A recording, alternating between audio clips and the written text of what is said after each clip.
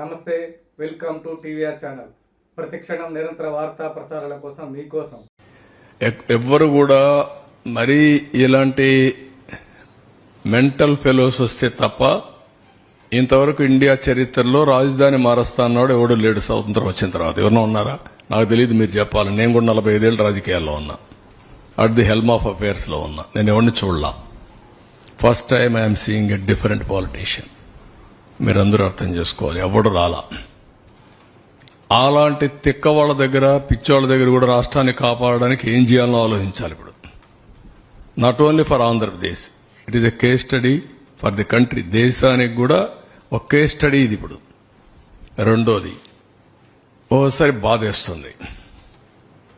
నా intentions are good.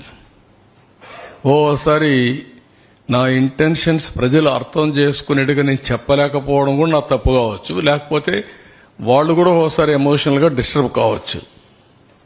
Ultimate గా result is same. నేను సఫర్ అయ్యా, రాష్ట్రం సఫర్ అయింది, అందరం సఫర్ అయ్యాం. హైదరాబాద్ కూడా మీరు ఒకసారి చూస్తే, నేను ఆ రోజు 2004లో గాని హైదరాబాద్ లో గాని కంటిన్యూ అయింటే ఇంకొక లెవెల్కి వెళ్ళిపోయింది. అది మళ్ళా 10 ఏళ్లు పట్టింది. ఈ రాష్ట్రం కూడా 5 ఏళ్లు గాని కంటిన్యూ అయింటే కంటిన్యూటీ ఆల్వేస్ క్విక్ రిటర్న్స్ వస్తాయి, ఫాస్ట్ గ్రోత్ వస్తుంది, బెటర్ ఎకానమీ ఎస్టాబ్లిష్ అవుతుంది. అక్కడ గ్యాప్ అనేది కొంత నష్టం జరిగింది, కానీ నేను రిపెంట్ కావడం లేదు. నేను ఎప్పుడు కూడా పాజిటివ్గా ఆలోచిస్తా.